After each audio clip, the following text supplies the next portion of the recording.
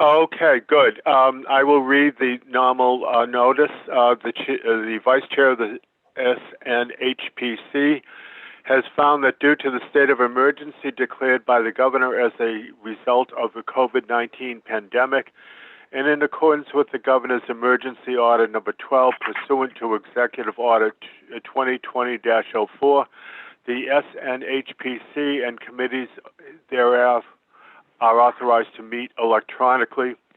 Please note that there is no physical location to observe and listen contemporaneously to this meeting, which was authorized pursuant to the Governor's Emergency Order. The SNHPC is utilizing Zoom for this electronic meeting. All members of the committee have the ability to communicate contemporaneously during this meeting through this platform, and the public has access to contemporaneously listen and, if necessary, participate in this meeting as follows. Online access, https://uso2web.zoom.us/J822-613-90152. Telephone only access, dial 646-558-8656, and meeting ID is 822-613-90152. The instructions have also been provided on the SNHPC website at www.snhpc.org. If anyone has a problem accessing the meeting, please call 603-669-4664 or email mduchesne, DUCHESNE, @snhpc.org. In the event the public is unable to access this meeting, the meeting will be adjourned and rescheduled. Okay, well, Sylvia, what I'd like to do is, rather than doing a separate roll call, I'd like to take action on the minutes and do the roll call and action on the minutes at the same time, if that's okay with everyone. All right, yeah, I just need a motion and a second. Moved. Second Second that. Who, Any corrections or omissions on the minutes? I'm hearing none. And what Okay. did we get, Linda? Art Rug and Ray Clement. Ray Clement on the first and second. All right. Bill Herman, Auburn. Present, and yes. Charlie Fairman, Bedford. I'm present and yes. Bill Jean, Bedford. Present, yes. Barbara Salvatore, Bedford. Present, yes. Richard Snow, Candia. Present and I. Andrew Haddock, Chester. Present, and I. Deb Munson, Chester. Present and yes. Bob Cody, Deerfield. Present and abstain. I didn't see anyone in Derry. Did I miss that somehow? Okay. Francistown, we have Patrick Bayan. Present and abstain. Linda Kuhnhart. Here and I. David Pierce from Goffstown. Yes, I'm attending, and yes on the vote. Thank you. Cutler Brown from Hooksett.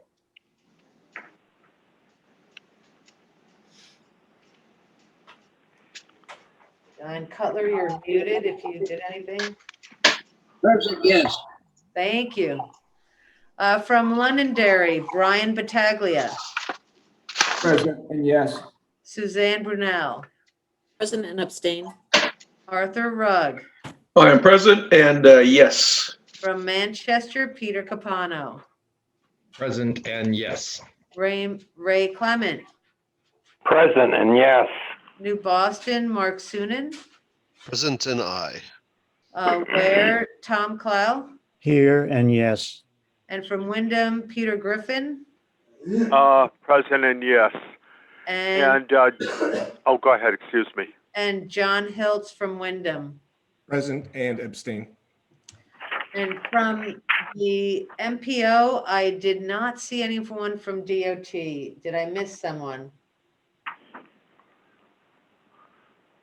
Okay. Just to also just acknowledge, we have 2 non-voting members, Tim White and Dean Williams. All right, did I miss any voting member? I abstain. Sorry, Al Hall is in the room, and how could I miss you, Al? He is here and has voted. All right. Okay, just a point of clarification, this is the Metropolitan Planning Organization portion of the meeting, which I did not state at the beginning. Sylvia, is there any old business? No. Okay, moving right along, first item on the agenda is regional funding allocation for fiscal year 2023 to 2032 10-year plan. Nate, would you take it away, please? I would be happy to. Okay. Now, here comes the trick of the day. Can I share my screen with 2 screens correctly the first time?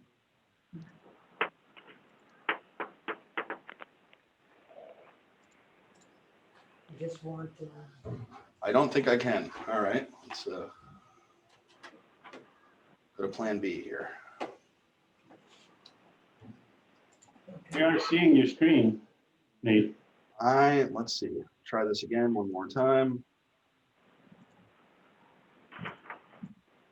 How's this? Looks good. All right. All right. So today we're finishing up our work on this 10-year plan cycle. Oh, we've got multiple people in the waiting room. Let's see.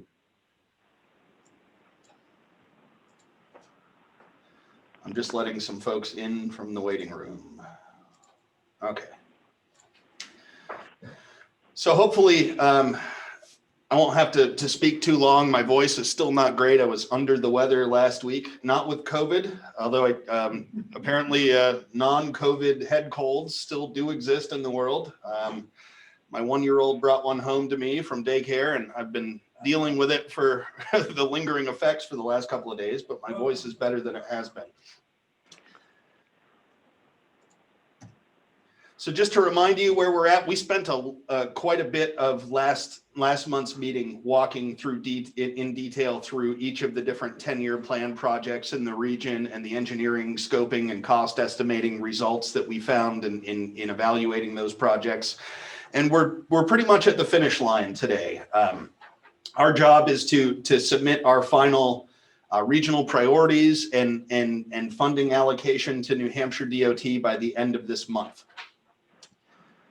Just to remind you where we left off at the end of last meeting, we talked about kind of the path forward for all of the different projects that we had submitted in the region. For the in Manchester, for the I-293 and 2nd Street engineering study, we're going to work with the city to potentially pursue corridor study program funding for the 2nd Street component of that. And then we will discuss in the next 10-year plan update with DOT, discuss the I-293 portion of that when there's a better handle on how turnpike revenues are going to stabilize following hopefully at that point the end of the COVID-19 pandemic. Then we talked about the existing 10-year plan projects in the town of Bedford, the Route 3 widening in the town of Bedford, and the Route 28 and 128 project. Both of those are existing 10-year plan projects that are underfunded. And we discussed focusing on our regional allocation to add supplemental funding to those existing 10-year plan projects to help bring them to the finish line. And then for the other newly proposed projects in the region, in the town of Derry, the rail trail expansion from Madden Road to the Londonderry town line. We discussed working with the town to pursue TAP funding for that project, and they have done so. The town of Derry has applied in this TAP round. That's what you'll get an overview of the TAP round in the next item on the agenda, so I won't go into too much detail there, but the town of Derry is pursuing TAP funding through an application for that project. The exit 8 interchange improvements, so the signals at Wellington Road and at Bridge Street and Mammoth Road We discussed pursuing CMAQ funding for the adaptive signal control component of that project, working with the city to pursue CMAQ funding for kind of the first part of that project, and then reevaluating in the next 10-year plan the intersection capacity improvements that would supplement the adaptive signal control improvements. Also in Manchester, we discussed pursuing CMAQ funding for the Hooksett Road and Campbell Street intersection as kind of a first step in that project, and then considering in the next 10-year plan update the proposed roundabout improvement further up Campbell Street at Hamel Drive. And then for the town of Deerfield, the Route 107, Candia Road and Church Street roundabout, we discussed working with the town and our on-call engineering firm, VHB, to further evaluate that project and develop a more detailed concept that defines more specifically what any historic resource impacts and right-of-way impacts would be, and using that as a basis to reconsider the project in the next 10-year plan update. That's where we left off last month. We presented these recommendations and didn't hear any any comments at the meeting about this or following the meeting, so it seemed like there was general consensus about these recommendations. And then the question then becomes how to utilize our regional allocation of $8.554 million for this 10-year plan update. And I would remind everyone that when we're talking about our regional allocation, it is not expressed in today's dollars. It is expressed in year of expenditure dollars, and in most cases, that's fiscal 31 and 32, the final two years of the 10-year plan. So inflation and New Hampshire DOT indirect costs, inflation at 2.8% per year, and New Hampshire DOT's indirect costs at 10% of the overall allocation.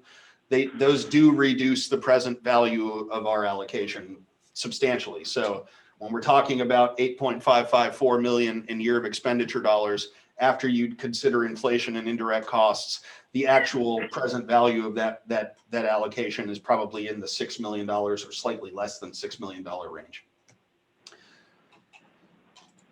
Our proposed use, and this was detailed in your staff report for this meeting, the proposed use of the commission's allocation for this cycle is as follows.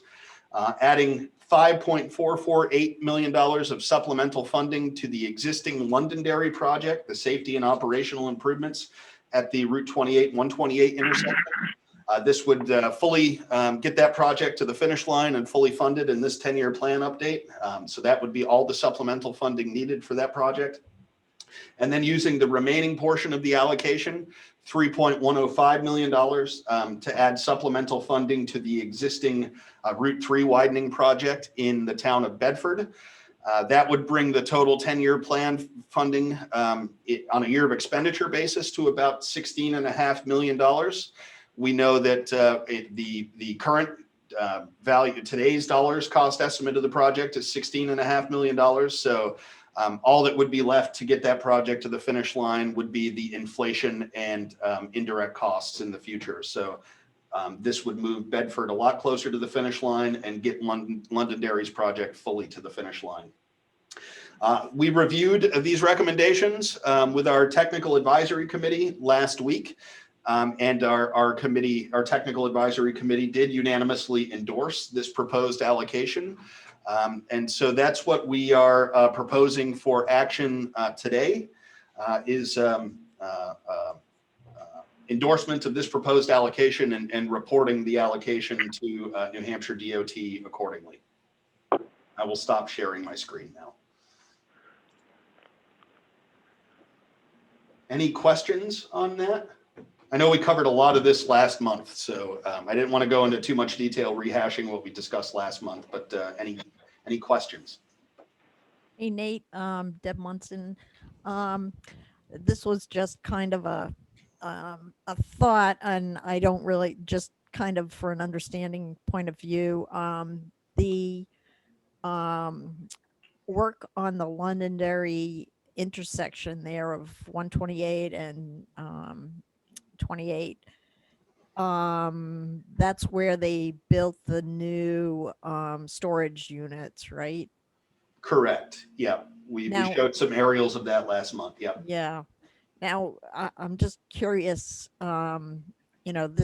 this project has been on the, radar for quite a while, yet the storage unit building, was built recently. Are we forward thinking enough on any future projects where we see something like this coming that's going to upset the plan so that we could have intervened in not allowing the storage units to be built and had wasn't the original plan going sort of through where that storage unit is and now it has to be redone? Yeah. I mean, it's when the project was put into the 10-year plan, it was based on a concept that was developed by an engineering firm called Stantec for the town. About, Art could probably remember this better than I could, probably in the 2009, 2010 range. It was just an engineering concept.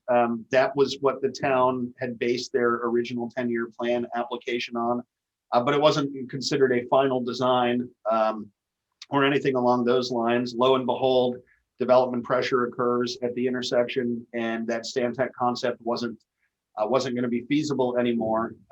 And so we worked with VHB to work around the storage facility that had been developed a few years ago at the intersection. This concept we vetted with staff in the planning department, as well as public works, as well as the town manager, and they were signaled their endorsement of the concept, and we will continue to work with them. But at this point, it seems like everybody in the town is moving in the same direction towards the concept that VHB has developed. Yeah, I was just, looking at that as an example, maybe in the future to have our radar out there for any, 10-year plan project that's going to get upset by, some current development that's going to, cause a redo. So I was just like, could the town have jumped in and purchased that land so to prevent the storage units and kept the original plan and save some money on the redesign? It just seems like, it's unfortunate that plan A had to be redone to create plan B. Yep. Al Hall is ready to make a motion. Al Hall is speaking behind us. So Al. I move that the MPO adopt a renewal funding allocation for fiscal year 2023 to 2032 and authorize staff to notify NHDOT accordingly. So Al Hall has moved to adopt the funding allocation and report it to New Hampshire DOT accordingly. Linda Kuhnhart, Town, second. Sylvia, do you want to take the roll? I'll step out of the way. Okay. So the highlighted, okay. All right. I will take the, well, I guess, is there any, Peter, are you still here? Yes, I'm here. Did you want to call for discussion or proceed to vote? No, let's have discussion. Any other questions for Nate? Richard tripped away to the waiting room. I actually do have one briefly, if I could, Mr. Chairman. Nate, what does that mean for the other projects on the list here? Are they going to fall into other categories and get funded elsewhere at a later time? Yeah, we laid out a path forward for all of the projects. So, our 10-year plan allocation is obviously limited with what we can do with it. But in terms of at least the Manchester corridor study, there's a state corridor study program that we anticipate will be launching this summer. which we think will be a good candidate for that project. We anticipate that there could be a CMAQ program, congestion mitigation and air quality program solicitation coming later this year. We would normally expect it to occur in the odd year. So here we are in 2021, it's an odd year, happens every 2 years. We would expect a CMAQ solicitation later this year. In the last CMAQ solicitation, we had 2 projects in the city of Manchester funded. We had the Dairyfield School project as well as the South Willow Street Weston Road project. So I think there's reason to think that that potentially both of the Manchester projects have CMAQ eligible elements that could be completed through that program. And then, you know, in talking with New Hampshire DOT about the Town of Derry's project, pretty much everybody felt that it was you know, the size and scope of the project was a really, you know, good fit for the TAP program. You know, they're in the $800,000 range of bicycle and pedestrian rail trail improvements, and that's pretty much, you know, right in the wheelhouse of the TAP program. And we had this ongoing TAP solicitation that was out there, so it really made sense for Derry to pursue that. They would get the project constructed sooner if funded through the TAP program. And then for the Deerfield project, you know, we have a concept for the roundabout at the intersection, but there are some historic properties right, you know, in that area. VHB's work developed a concept, but needs to be further refined to determine what, if any, you know, significant impacts to those historic properties would be. So DOT's recommendation, and we agreed with this, we think this makes sense, is to work with VHB to further refine that concept and bring it back in 2 years when we have a better handle on historic and right-of-way impacts. So there's a path forward for all of the projects in the 10-year plan. And at the same time, it really meshed with, you know, the recommendations here meshed with what our technical advisory committee's subcommittee developed for priorities. So we had, obviously, the I-293 project was a top priority, and but right behind that was our 2 existing 10-year plan projects and trying to get those to the finish line. So I feel like the allocation really meshes with the, you know, the evaluation work that our TAC did. And I think there's a reasonable path forward for every project on the list through other programs. Okay, thank you, Nate. Yep. Any other questions or comments? Not hearing any. Sylvia, could you do a roll, please? It looks like I'll be doing the roll call, the B team. So I will. Oh, okay. No, please. I'm sure you can handle it, Nate. I will try. We will call the roll here. Bill Herman. Auburn. Yes. Charlie Fairman from Bedford. Aye. Bill Jean from Bedford. Aye. Barbara Salvatore from Bedford. Yes. Al Hall from Candia. Yes. Al Hall votes yes, if anybody couldn't hear that in the microphone. Dick Snow from Candia. Dick Snow votes aye from Candia. Andrew Haddock from Chester. Andrew Haddock votes aye. Deb Munson from Chester. Yes. Bob Cody from Deerfield.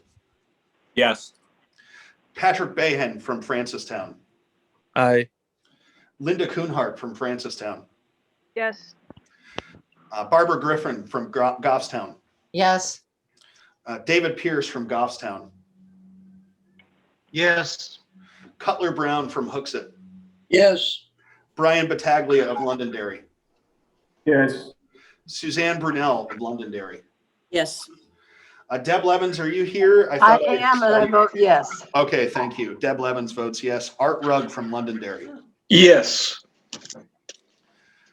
Peter Capano from Manchester. Yes. Ray Clement from Manchester. Yes. Mark Sunan of New Boston. Aye. Tom Clow from Ware. Yes. Peter Griffin from Windham. Yes. John Hiltz from Windham. Yes. Have I missed anybody on this list? I just got here, Richard Tripp, Richard but Tripp. I'm going to abstain. Richard Tripp abstains. Hi, Nate. You missed me too, Joanne Duffy. Hi, Joanne. How are you? I'm good. How are you? Good, thanks. Did you want to vote on this particular item? Sure, I vote yes. Joanne Duffy votes aye. Anybody else that I missed? It sounds like we have everybody now. Okay, Nate. Thank you very much, everyone. Thank you, Nate. Next up is James Vayo, who will be talking about Transportation Alternatives Program. All right, thank you very much. Just a second here. Sylvia's gonna make me a co-host so I can share my screen, Yeah. and then I will present my slides. You are officially co-host. And a fine one you make as well. All right, can everybody see my screen? Yes. I got it right the first time. Maybe I can give Nate a couple lessons. I think so. And if everyone can mute while James is doing his thing. All right, thank you very much. Today I'm going to provide an update on the Transportation Alternatives Program Funding Round 4, also known as TAP program. And we'll do a little background on this. If you're not familiar, the TAP program involves facilities for non-motorized vehicles. And so the eligible activities fall into 4 categories: construction, planning, and design for non-motorized transportation facilities, construction, planning, and design for infrastructure for vulnerable transportation users. So youth, the elderly, the disabled, abandoned railroad right-of-way conversions to trails for non-motorized transportation, and infrastructure devised from the Safe Routes to School program activities, which was established under the Safety Lieu Federal Transportation Funding Authorization. This funding round, fiscal year 21-22, total TAP federal funding to the state of New Hampshire was $7.92 million. The state has a set aside for the New Hampshire Trails Bureau's recreational trails program run through New Hampshire State Parks. That set aside is $2.53 million, which leaves a remainder of $5.39 million that passes through New Hampshire DOT's Transportation Alternatives Program, or what we call TAP. That funding has further restrictions in that some of the $5.39 million needs to be allocated to specific regions of the state based on urban to rural population designations. And so 1.14 million of that is for areas under 5,000 population. 0.92 million is for areas between 5,000 and 200,000 population, and 0.64 million is for areas over 200,000 population. The remainder of that funding, 2.69 million, is not restricted by population, so the state can allocate those funding to any particular geography within the state. The Transportation Alternatives Program is a competitive funding program. New Hampshire DOT received 41 letters of intent from 40 potential applicants statewide. Demand for TAP projects far exceeds the available funding. In this funding round, almost $30 million in funding was requested, federal funding was requested by local applicants. The available funding, as we just covered, is $5.39 million. So of the 41 proposed TAP projects, as few as 5 or 6 may be selected for funding by New Hampshire DOT. This is less than 1 project per regional planning commission. The timeline for the TAP program is February 5th. The New Hampshire DOT received letters of intent from towns and other applicants. On February 11th, TAP applications were released by New Hampshire DOT on their webpage. And this past Friday, TAP applications were due. And in April, the month of April, TAP applications will be checked for eligibility by New Hampshire DOT and Southern New Hampshire Planning Commission staff, and then ranked by TAP evaluation subcommittees at the regional level. And so during the TAC meeting, we actually solicited volunteers to participate in that subcommittee, and we were lucky enough to have 4 non-submitting municipalities representatives a volunteer for that subcommittee. So we have a subcommittee made up of town reps, representatives from the TAC, which did not submit a TAP application. This process of review by the subcommittee will be followed by a TAC recommendation and an MPO approval of project ranking and evaluation. In May, New Hampshire DOT scoring and final ranking will be submitted to New Hampshire DOT. I should say Southern New Hampshire Planning Commission MPO scoring will be submitted to New Hampshire DOT.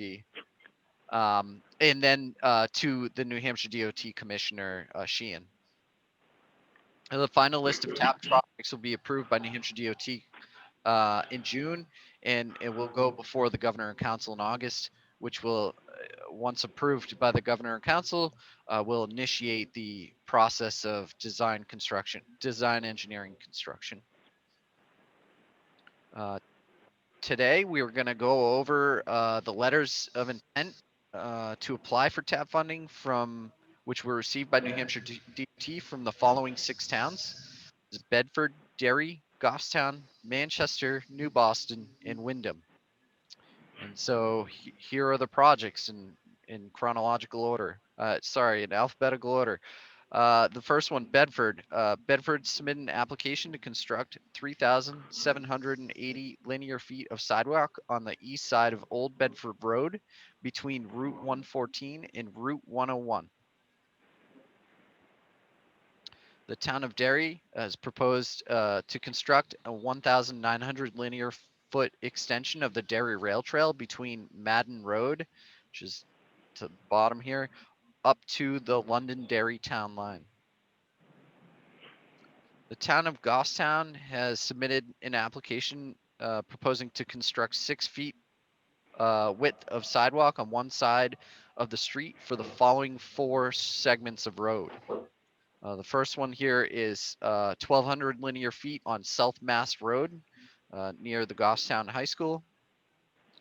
4,350 linear feet on Elm Street, which is on the north side of Glen Lake. The third here is 2,800 linear feet on Church Street, which is just inside the village center. And then finally, 1,900 linear feet on Daniel Plummer Road between 114 and 114A. The city of Manchester submitted an application to construct sidewalks and bicycle lanes on Hooksett Road and Union Street around Livingston Park. The city of Manchester withdrew, the city of Manchester's Department of Public Works withdrew this application or letter of intent and did not apply for this project due to the restriction of only being able to apply for one project per applicant. The city of Manchester's second application was to construct a 4,800 linear foot multi-use path adjacent to Canal Street between Granite Street and Brook Street. I believe this included some ADA accessibility accommodations as well. The next is town of New Boston. New Boston has proposed to construct a tunnel under Parker Road and to connect phase 2 of the New Boston Rail Trail to the future phase 3 of the New Boston Rail Trail. Finally, round R6 is a proposed project for improvement of 12,000 linear feet of the Greenway Trail between Old Mill Road and Interstate 93, as well as 1,000 linear feet of state right-of-way between Interstate 93 and Lowell Road, which is up here in blue. Just to recap, what we just saw were, the letters of intent to apply for TAP funding. Those applications have already been submitted to New Hampshire DOT, and Southern New Hampshire Planning Commission staff anticipate receiving those applications from DOT at some point during this week. And as a reminder, or as a recap again, 4 members of the TAC Transportation Advisory Committee have volunteered to participate in the application evaluation subcommittee. That subcommittee has selected a date to meet. They are going to meet on Thursday, April 8th from 1 p.m. till 5 p.m. if needed to evaluate the applications. During the TAC meeting, the criteria and weighting for scoring the applications were reviewed, and the TAC made recommendations for revisions to the evaluation weighting as seen on this screen. And so in the packet you received for this MPO meeting, this, if you were sharp, you might have caught that these scoring numbers are slightly different. And when we wrote the staff report, the TAC had not yet met and not yet reviewed this weighting and provided input. During the TAC meeting, discussion held resulted in a revision and a vote to recommend the following changes to the weighting in comparison to the round 3 funding application funding round. The first change is to the safety sub criteria of level of stress analysis. This percentage went from 10% up to 11%, changing the overall safety category from 24% to 25%. The second change was to socioeconomic benefits. This percentage used to be 10%. It was revised down to 7%. And then finally, the multimodal connectivity, which used to be 5%, was revised up to 7%. And this was voted upon and approved for recommendation to the MPO.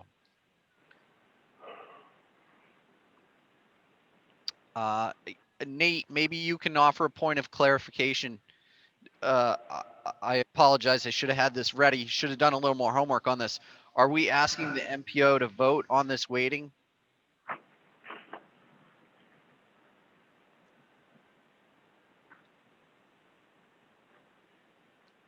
You're muted if you're trying to talk.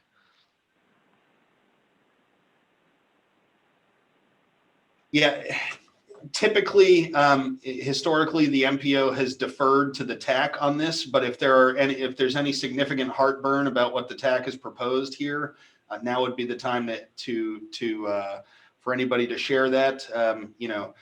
Otherwise, we'll consider that to be confirmation of utilizing these weights in the evaluation of the projects.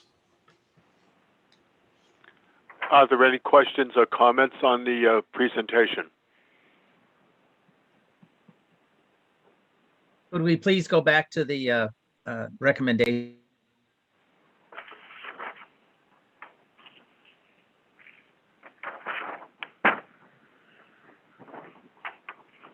And if anybody wants to see the round 3 weighting, if you're looking to compare what I described, you can always go back to the staff report on the TAP funding round. That has the weightings from round 3 for comparison.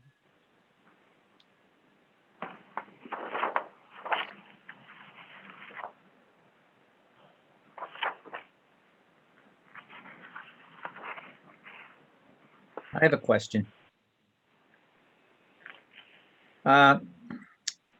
Safety, since it's weighted so heavily, could you please explain what they mean by reduce the perception of user stress? I can do my best to describe this, but it's a metric used by New Hampshire DOT and a point of analysis, which our regional planning commission can conduct for our transportation network, and it goes from a level 1 or a level A, depending on how it's measured, up to a level 5 or a level E, I guess. And level 1 is as if a child with no prior experience navigating on a bicycle or walking in a street network could use the facility. And a level 2 is some prior knowledge, and the level of knowledge and competency of the facility user increases as you go up, with level 5 or level E being not accessible. So you know, Interstate 293 would be a level 5 or level E level of stress. You cannot ride a bicycle on that road. It's not allowed. But a level 4 might be trying to cross one of the bridges over the Merrimack River in Manchester. And then, you know, a level 3 might be like a side road that has, you know, 35-mile-per-hour speeds. And so, I'm sorry, I keep switching slides. And so that's generally how that's used. And it's actually part of the application process that New Hampshire DOT has put forward. Thank you. Any other questions or comments?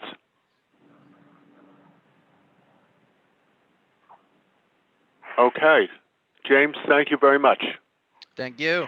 Do you want to make a motion, Al?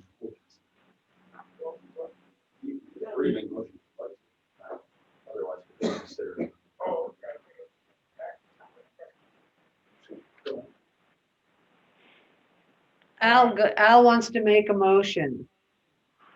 I would like to move that MPO confirm the regional weightings of tap scoring criteria as very excellently presented by project manager James Graham. Richard Tripp, seconds. Okay, I'll go take us through the list.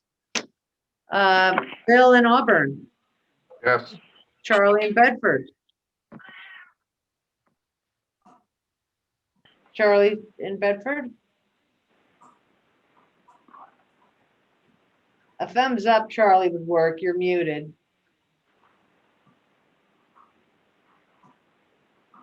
All right, while he's working on that, Bill, Jean, Yes. Barbara, Yes. Al, Yes. Dick in Candia, Okay, I vote aye. Bob in Deerfield, Yes. Richard in Derry, Yes. Patrick in Francistown, Aye. Linda in Francistown, Aye. Joanne in Goffstown, Aye. Barbara in Goffstown, Yes. David in Goffstown, Yes. Cutler in Hooksett, Yes. Brian in Londonderry, Yes. Suzanne in Londonderry, Yes. Deb Levens, Yes.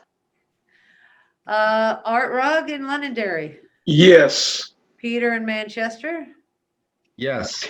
Ray in Manchester, Yes. Mark Sunin, New Boston. Yes. Thanks, Mark. Tom in Ware, Yes.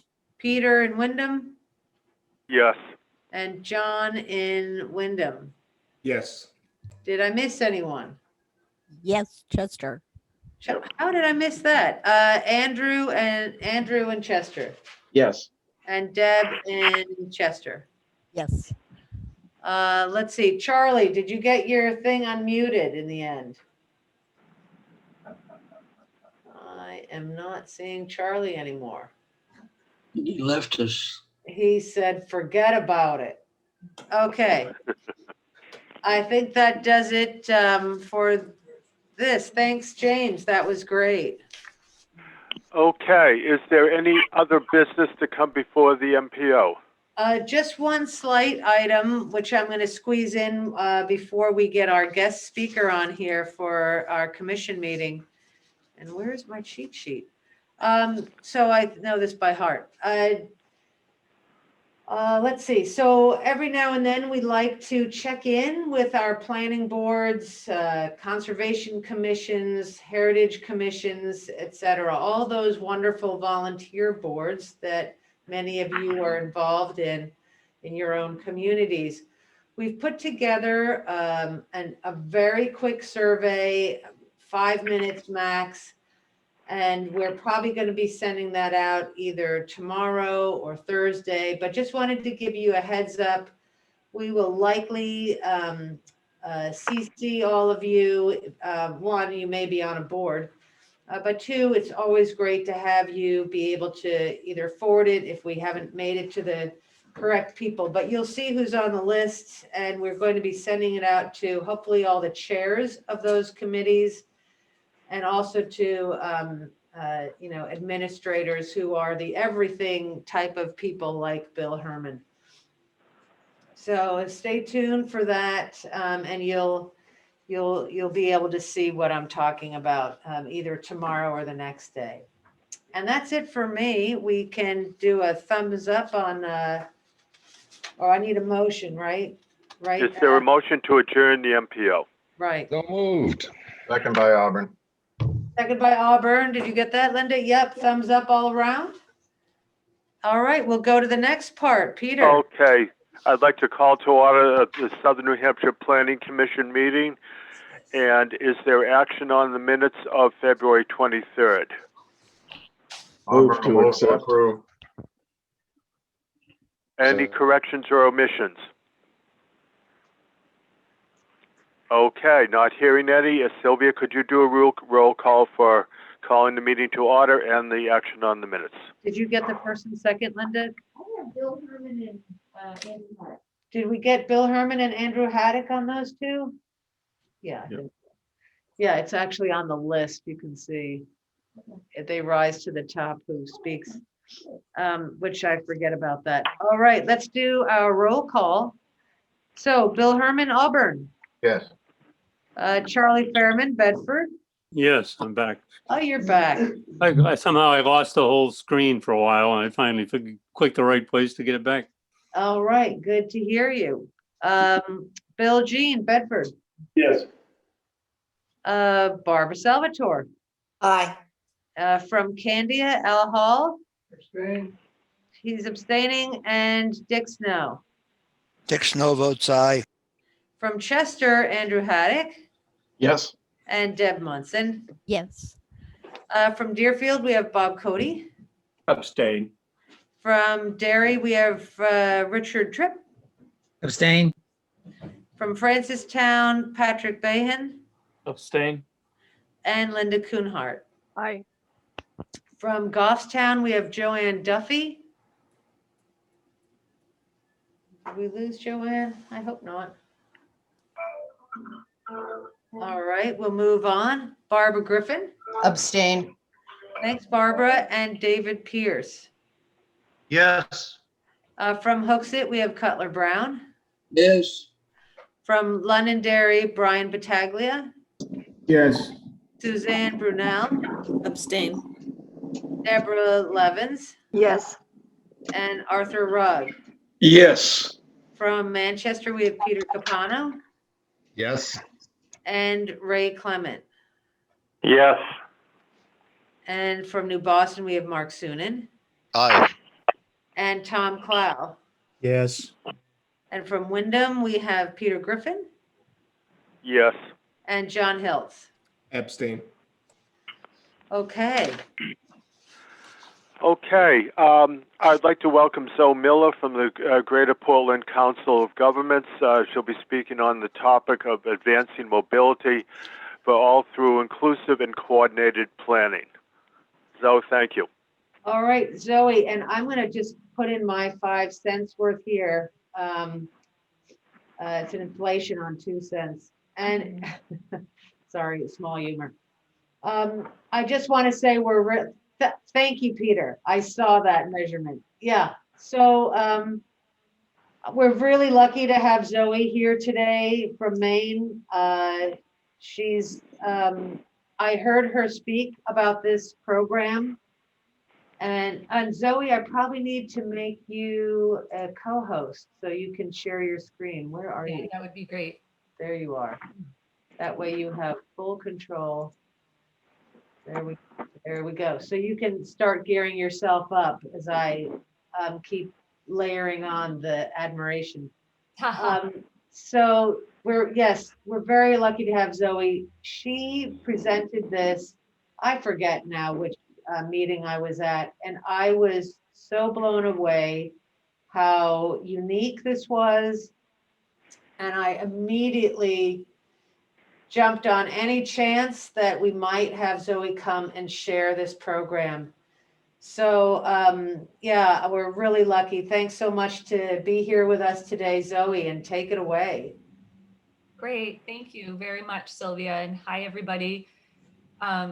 Before I jump in, are you seeing my full screen? Yes. Yeah, okay, perfect. So, well, thank you. So I'm Zoe Miller, and I work for the Greater Portland Council of Governments in Southern Maine. And I am happy to share some of the unique work we're doing around inclusive and coordinated planning. And what I'm going to try to do is go through the slides fairly quickly so that you can so we can talk about whatever your questions and comments are, because I think that's often the most useful for folks. We just real quick, let's see, just make sure I've got my this. Greater Portland Council of Governments is we're the regional planning council for 25 cities and towns, so mostly Cumberland County, a little bit of we also work with a little bit of York County because we're home to the federally mandated MPO. And we are a regional convener and a catalyst, and our our strategic plan lays out a vision to work for sustainable prosperity. And I came on board just about 4 years ago, and actually Carl Epic, shout out to Carl, who's a colleague of mine who I actually credit with helping me to see the connection between the public health work I was doing and the interest I had in integrating and improving transportation access for folks who have barriers, and integrating that public health perspective into the work of a planning council. So when I came on board, part of what I was charged with doing was to look into how could we connect that more explicitly into the work of both the Council of Governments and the MPO. And so I just want to start off by just talking a little bit about why planning inclusively is important and why we're doing it. And I'm sure for many of you, this will be like a 101 kind of thing. And it's may feel like a no-brainer. But I like to just lay the groundwork that, we hear a lot about diversity and inclusion. And I think that what we're trying to do with inclusive planning is really tap the diverse voices in our community, bring them to the table to have folks participating who have many different lived experiences, really to get to a place where we can have equity and justice in our policies, and our practices and our procedures. And as government funded entities, we are actually required to do this. And so I think one of the issues often is in the how, and not having necessarily clarity on how to make it happen. And inclusive planning is really about addressing these issues that we see, incomplete streets, places where it doesn't feel safe to bicycle, but you need to, disparities in transit access, unequal cost burdens for folks with needing to own a vehicle. And that, underlying those are unequal investments and structural barriers. And so what we're trying to do with our inclusive planning is really get to the heart of, get at the discrimination and lack of representation and flip that so that we're seeing representation. And I would just add, it's also really, I'm just going to go back for just one moment, that it is about addressing and repairing the history of unequal investments. And I think there's a real surge in interest in that right now. And it's an exciting time that I think a lot of us in the planning world are really interested in looking at how can we fix some of the things that maybe, we weren't around to build the highways through neighborhoods. But we can be part of addressing the harm and creating solutions. So, again, I think, we're used to seeing the slide of the people standing at the fence and saying, well, everybody, people need a different size stool. I like this concept of targeted universalism, because really it's another way of thinking about it, that the playing field isn't actually level anyway. So we need to think about how do we operate where there's not a level playing field, and how do we give the supports that folks need. and that, when we design the world for folks with the greatest barriers, it actually really benefits everybody. And a great example of this is the automatic door opener. And so, when we put in an automatic door opener and it helps folks who need to come through in a wheelchair, it helps, everybody, because, you don't have to like open the door while you're lugging your groceries or pushing a carriage. So when we jump into our work doing inclusive planning, I think, it's really about setting a table to enable the greatest amount of participation. And obviously the table metaphorically, and now with doing so much of this work over Zoom, it is, we're in the virtual room and virtual tables, and that is a challenge. But I really think it's thinking about, how can you get the most participation, and how can you get people to the table? And maybe it's not even a table. And so, I think it's actually interesting to see the increase in public participation that's happened through COVID because of that, meaning that parents don't need a babysitter, and folks who can't get out in the winter don't need to get out. They can jump on a phone line. And certainly there are challenges there as well in terms of broadband access and technology. But I think it is interesting to look at different ways that we can get more participation. And, different groups need different supports. So I think, the idea with inclusive practices is that they offer flexibility and build in dialogue. And so that we can, for some people, it's going to be a very direct line to bring them into the conversation and bring them to the table. And for others, it's going to be less direct, and we're going to have to work a little harder and build more relationships before we can get their voices into the mix. And this really comes down to that, different groups and communities are situated differently. Some people are really focused on what they're going to eat this week and how they're going to get the food that they need into their household. And so they may not want to take a survey that asks, that's going to take 20 minutes for them to answer questions about transportation. And so that's, we have to think about, well, great, that electronic survey is going to get us a lot of voices. So we'll still do that survey, but how will we look at some approaches to get the folks who maybe only have 5 minutes, or to, meet them where they're at.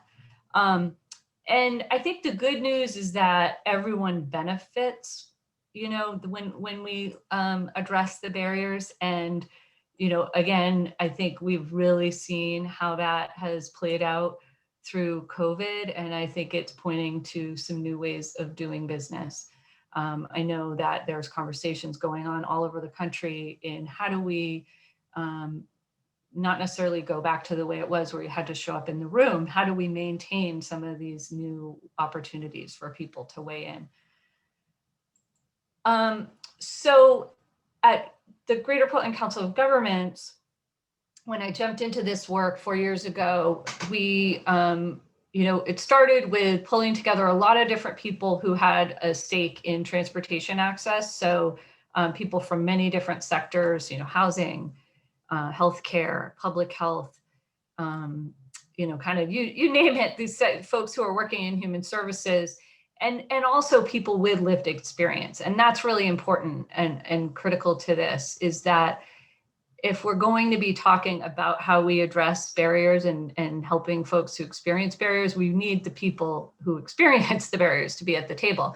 But again, that's not always easy. So I think a huge part of what our work has been is how do you get people to be at, the quote unquote table. And so the slide here, these are two women who got involved pretty early on. We created a volunteer role called the Mobility Liaison. And the idea was to start to reduce some of the barriers. So, give them a title, give them a stipend, offer support for folks to for transportation, so offer rides. And we started focusing on systemic approaches to actively and consistently include older adults, people with disabilities, and people of color in the transportation planning and decision-making process. So I think where we started off was really thinking about the plans and how do we get people involved in the plans. I mean, I think that's been a place where there's been a lot of focus, like let's get people to respond to the surveys, let's get them to come to the forums. Our project was looking at how do we get them into the decision-making too. And so we were fortunate to get some funding from a few national, a lot of it actually flows originally from the Federal Transit Administration, but then it comes into the National Aging and Disability Transportation Center and the Transit Planning for All initiative, and also the National Center for Mobility Management. So those three organizations really not only provided us with funding, but also were, we became part of a national cohort that's doing this work. And so, part of it has been about how do we do the meetings inclusively? So regardless of what the topic is, how do we make sure that when we're meeting, we're thinking about how people will get there? Are we providing accommodations? What's the best format? It's not necessarily Zoom. Zoom is obviously being used more and more, but we're finding that we need to always make sure that there's a phone option and that it's advertised, it's promoted front and center, and it's very easy for people to access.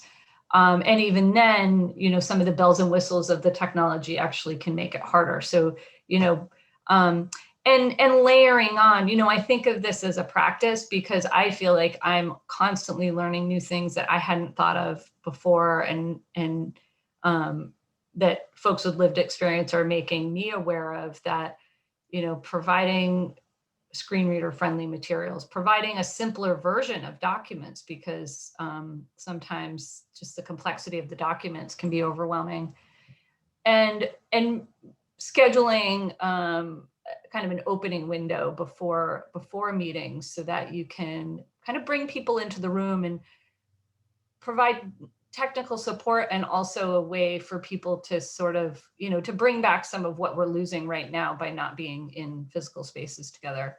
And then there's the actual running of the meetings, which again, I think of as a practice, because, we're not going to get it right every time, but there are some ways that we can do it that, we can, and I haven't even necessarily been modeling all of these today, but to be describing the visuals in the presentation. So, here we have a image of folks at a forum where they're weighing in on a plan, and Marilyn, who was one of our mobility liaisons early on, who uses a mobility device, was part of the process and is pictured here.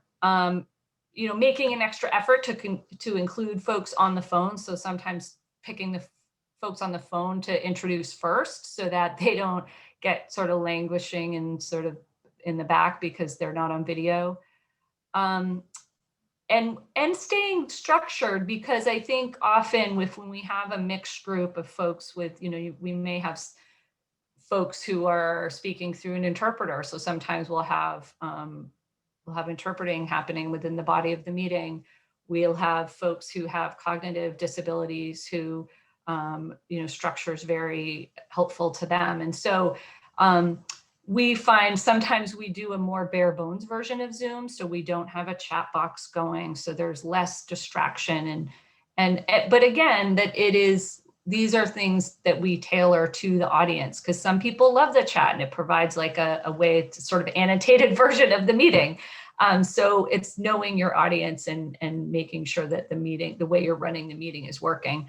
And the last thing I would say is that I make a statement at the beginning of the meeting that notes that we are using inclusive practices, and to invite everybody who's there to remind the facilitators and to, step in, especially for in-person meetings where I think volume can be a big challenge.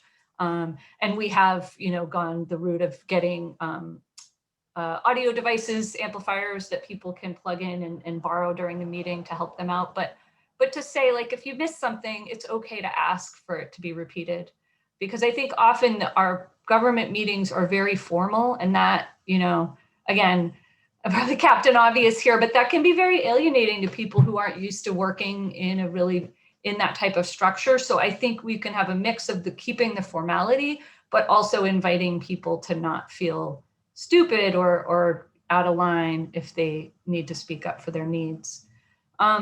So some of the tools, some of the work that we've done, so we did this inclusive planning project, and a lot of the photos that we're showing here are, so on this slide and then the next slide are folks who were involved with that process. So we started off with a group that looked at what were the steps we thought we could take to get people with lived experience into our planning, into our decision making. They produced a set of recommendations in 2018, and that was adopted by the MPO. And this, you can find all of this on our website. So the MPO adopted those recommendations, and then we were able to fold those into the update of our public involvement plan that happened in 2019. So a lot of the goals that are in our public involvement plan, and our public involvement plan is very broad. It's not just speaking to folks, you know, it's not just about engaging folks with transportation barriers, but there is a piece of the goals that is about that, and is about how we can move the needle on that. And one of the goals and the strategies for that was to develop a training program that would start to cultivate people with lived experience to get more involved and basically help provide the support and the knowledge and the camaraderie for them to begin serving on committees. And so we developed the Community Transportation Leaders Training Program. And pictured here is Derek O'Brien, who was part of our first cohort. That's at our culminating presentation where the folks, we had 21 folks, who, all, you know, older adults, people with disabilities, people of color, who did the training, and they came in with their passion and their lived experience. They had so much they were coming in with, and we helped them, you know, navigate the acronyms and figure out, like, what did they want to focus on and how could they take action on that. And they got to present to to our MPO's policy committee about their top issues that they were concerned about and what they see as solutions. And then the program has gone on over the last year and more to help. We've provided coaching and to help people start to take action. And through the action that people are taking, it's been really amazing. We have people joined town level and statewide committees. We have a bus ambassadors program that's being designed and launched by a couple of community transportation leaders. It's just been really fabulous. A couple of other tools that we have is we did develop this inclusive transportation planning toolkit. We have that on our website, and that's meant to be used through when you're planning starting a plan, starting a study, what should you be thinking about? We also created the Inclusive and Accessible Virtual Engagement white paper. So that was looking at, as COVID was changing the way we all needed to do things, what were people doing to be inclusive and accessible? And that was talking to practitioners both in Maine and nationally. And then I think one of the most exciting things is that we've, so these are more of the community transportation leaders at that presentation, and that we really have, we've moved to the place now where we have a committee restructure for our MPO, and the new committees will launch in April, and they will include people with lived experience. So there are 2 seats for community transportation leaders on our regional transportation advisory committee. And we're appointing a young woman who has cognitive disabilities and a woman who is an immigrant from Africa and has disabilities. And so it's super exciting to see them getting to be at that table. And we're also seeing them, as I mentioned, move into roles in their communities, which is pretty cool. So my final piece here is thinking about some of the reflections that as we've gone along, and there's so many of them. We like to say we have this like lessons learned bucket, and then the bucket wasn't big enough, so we're like got like a lessons learned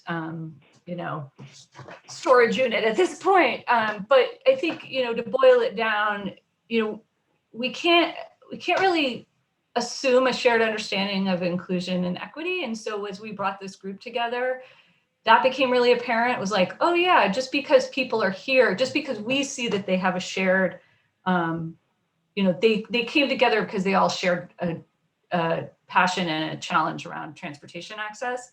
But that didn't mean that there wasn't unevenness in folks, how they saw how they were related, and concerned that one group maybe would matter more. I remember at one point there being a concern of like, but I think immigrants really struggle with this a lot, and having this kind of breakthrough that it was important to help the group see the universality of their concerns and how by coming together they could make a lot more happen.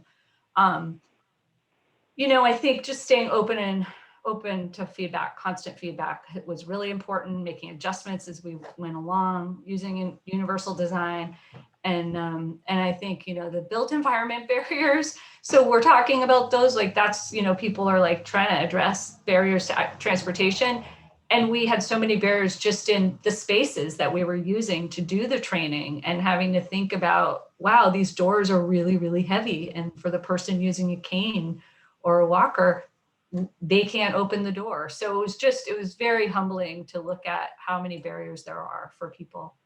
And this image here has Patty and Sue, who became fast friends through the program and have gone on to be really involved in continuing to advocate for better bus service. And that wraps up my slides. So I'm happy to answer questions, hear your comments. Zoe, this is Sylvia. You had talked about 3 different federal programs, and I wasn't fast enough in jotting those down. Yeah, and so, and I see if I can also do a follow-up with you, but so. Can you put them in the chat box? Sure, yeah, why don't I do that? Then everybody, if they're interested, they can jot that down, and if they're interested, take a look at that. Background. Yeah, your background is amazing. Yeah. Let's go. Oh, my background. I was like, I thought you meant my like professional background. Yeah, this is not real. This is. Oh my God. But Zoe, what you don't understand is it looks like Sylvia's office. Oh, really? Yeah, it's a bit of a jungle in there. Well, this is what I'm aspiring for. So like next year, this will actually be the room that I'm in, but right now it's just my goal. I have a question. Sure. It's Richard Tripp.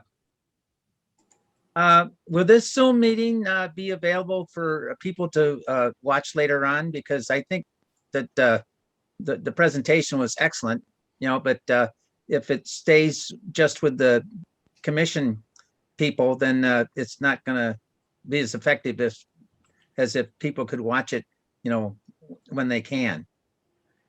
Yeah, we are recording this, and our team is working on improving how we post our meetings. We're going to probably use this meeting as a guinea pig. We're also trying with the TAC meetings. And what we're doing is we're probably going to try to post the entire meeting, and then we will put time links, if you will, with the different presentations. So you'll see, at 12:30, Zoe Miller, did her thing. So you don't have to wade through the whole meeting to find it. But that's, so timestamps is what I was trying to say. Oh, great. Thank you. And you see, Zoe has put in the chat box So you can, if everybody knows how to get to your chat box, but on the bottom of your screen is either a chat that you can just bring up, or look under more, which is what I had to do to find my chat, and Zoe has brought all that up. Yeah. Wonderful. Sylvia, I had another question for Zoe. It may have been related to the other question about the different federal programs, but Carl, it looks like Barbara Salvatore was trying to get a word in. Sorry. oh, okay. I'm curious as to how you also balance the rural versus urban accessibility. Portland, similar to our region, has some very remote outside communities where transportation becomes a major issue. And many times we don't have the funds to provide transportation to people who have a variety of transportation challenges. And how do you work that in to make certain there's equity also on that level? Yeah, I mean, I think it is. It's such a challenge because in our first cohort, so the Community Transportation Leaders Group, we've done one cohort and we're planning to recruit a second cohort. And one of the things we have been talking about is targeting it to a different geography, because we did get a lot of people in the first one who live in Portland or Westbrook or South Portland, so greater Portland. Now, part of why they live there is because for people with disabilities, that is the place you can live and be independent. So we do have a lot of people who very deliberately chose their location, knowing that they either were, like one woman, she's like, I can drive now, but in a few years I won't be able to. So I had to pick where I live. But it is very much part of the larger conversation. And I'm sure it won't surprise you that, it's about partnering across these different groups. So the age-friendly community groups are a big one to be able to reach in the rural areas. And I've actually been involved. We're the lead convener on a statewide network that is looking at how we address transportation access across the state. And I think, one of the pieces that I'm really watching is how do we catalyze more volunteer driver programs? Is that possible? Because fixed route transit obviously is not going to be a solution in many of these places. Also looking at some of the potential, it's like probably more suburban, but for using on demand. And actually, I'll find the link for this, but we have a webinar that we're hosting. So it's called the Moving Maine Network, and we have been doing these webinars in partnership with Mass Mobility, the sort of our sister organization there. And so we have a webinar coming up that is focused on on-demand transportation, on-demand community transportation. So looking at suburban and rural solutions that I think folks would be interested in. I'm just gonna see if I can find that link. And if I can't find it before one, I'll share it with Sylvia. I don't know, Carl, if you wanted to go. I have Hey, thanks, Jim. It was purely a question, Zoe, about how your work's funded for this. Is it through the UPWP or other sources? Yeah, so initially, as I noted, we were able to build it up through funding that was outside of the MPO's funding. Right. And then I think over time, it has been built into the MPO, the UPWP in a small way. Okay. Now we're beginning to plan the next one. So I think it's like I think there was a need to give a proof of concept. If I had showed up 4 years ago and said, hey, pay for half of my position with this, I think it would have been hard to make the, make the case. So I think there was definitely some value in making the case. And now that we've made it, that there's, I think with this next UPWP, we're looking at putting in funding for this. But, it's hard because it's like that money doesn't, we're working with a constrained budget. I'll say one thing that we've been able to use some CARES Act money that's been really, I call it the strange gift of COVID, that it has given us the ability to continue with this work in a way that we weren't sure we would be able to. Thank you.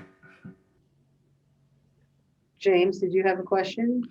I just want to ask, because we're almost, I know we're out of time here, but I just want to ask though, if you have any input about the overlap of this work with your MPO's Title VI Civil Rights and Environmental Justice Plan, which I saw you guys just renewed or updated in August of last year. So, it sounds like these things are happening simultaneously. And I'm wondering if we just updated ours last summer too. And I'm wondering, what learnings did you take back to that plan that helped inform how you guys designed that document?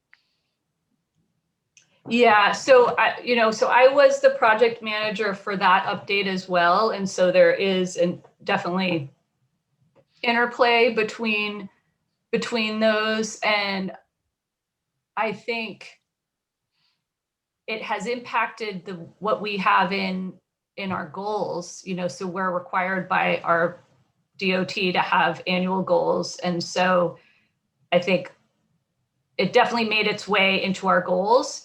And then I think it just continues to ripple out, so, we've been talking about, so with our, we created this civil rights data dashboard, and I happened upon this really interesting looking GIS training that was GIS for equity and social justice. And so we were able to have 3 of our staff attend it, and they came back with, now we're having this conversation about having community ground truthing of our civil rights data. So we have these maps, like our demographics that we use, and we say, here's how we're defining these communities, but is that how the communities define themselves? In many cases, probably not. What are we missing that folks would see? How can we tweak our language so that it's people first language, person first language, or person centered language? Things keep evolving. So I think we've been touching that document more, I guess would be like my sort of final point on that, is they're not saying like, oh, yep, that's good, revisit it in a couple of years, but we're coming back to it. And even just like the accessibility of the language. What I would love to do as a next step is to go into the document and make it layperson friendly. It's, this regulatory language is just so hard for people to even know what it is. Like, how can they understand their protections if they can't even understand what, the sentences are saying? Thanks. Well, thank you so much, Zoe. We could probably, I know our staff would probably love another several moments with you just to ask questions, and we'll probably follow up with a lot, but thank you so much for your time. I think it's such a unique program. We would love to duplicate that here. We just had a tough time trying to figure out how to wrap our heads about funding the mobility liaisons. And well, I would be happy to, Carl's my buddy, so I would be happy to have follow-up conversations. And, I always benefit from talking to partners because, I learn from what you guys are doing. So, just let me know. I'm happy to talk. yeah, awesome. All right, well, I think that's it, Peter. Yeah, any public comments? I don't know. Not hearing any? Oh, I would. Oh, please go right ahead. I would, Sylvia, you could share with Zoe that how you did that volunteer reach outs that you did with towns? Like you got all the drivers to come together and that I can't remember the names of the three groups. The one you held in Francistown, that you've already done what she's talking about doing. Yeah, it was very, yeah, it was, thanks, Linda. It was really great. We did, through AARP funding, we hosted, or we helped the towns host virtual volunteer fairs, knowing that our volunteer driver programs well, across the state and probably nationally, that, they're really hurting for volunteer drivers. They always are looking for drivers, but COVID certainly hurt them quite a bit. And so what we did was we just organized and worked with the different communities. We looked to see what other social services needed volunteers. And then we utilized their libraries, because we all know librarians rock. And we had them host the actual Zoom meetings, and that allowed both the services that needed volunteers to be at the same table as people who wanted to volunteer and were able to ask questions. So each service gave a little, dog and pony show about their service, including, of course, the volunteer driver programs. That's how it all started. And then volunteers who were, I have to say, mostly, I'd say 90% newly retired women. There was, I think in one community was a husband who got roped in, and he actually ended up, him and his wife are now volunteering for one of the volunteer driver programs. But yeah, so they were able to ask questions and talk about any concerns or, whatever they needed to talk about, and then get all the information. So virtual volunteer fairs, libraries, it was all wonderful. So yeah. That's really cool. So in Maine, our DOT is taking the lead on putting together trying to knit together and offer some shared support for the volunteer driver program. So that event sounds like a really great idea. I'll share that with them. Yeah, and just as a plug, I don't know if you know, we have this, our team has also put together a statewide map of all the all the volunteer driver programs with the information. That's interactive map on our website. And where would so it's on your website? Yeah, I'll send you the link. Awesome. Yeah, I'd love to see that. And we now, since we've had so much, we've been working for the last couple of years with our I keep doing that, with our volunteer driver programs. So now they are meeting quarterly with mobility manager from from Coast, and all the different regions have representation. I'm our representative from this region, but it's exciting because we know they need support, and I'm really glad how this has grown. But I am seeing that this is our witching hour, and it's 1:05, which, oh my goodness, I just need a motion to adjourn. I am seeing Barbara Salvatore, and I will take that, Peter, as a second. This has been a great conversation, and I'm so happy to see you all. Thanks so much for your time. Thank you, Zoe. Thanks all the staff. Thanks, and Zoe. all the commission. Thank you all. Thank you for having me. Thanks, Peter.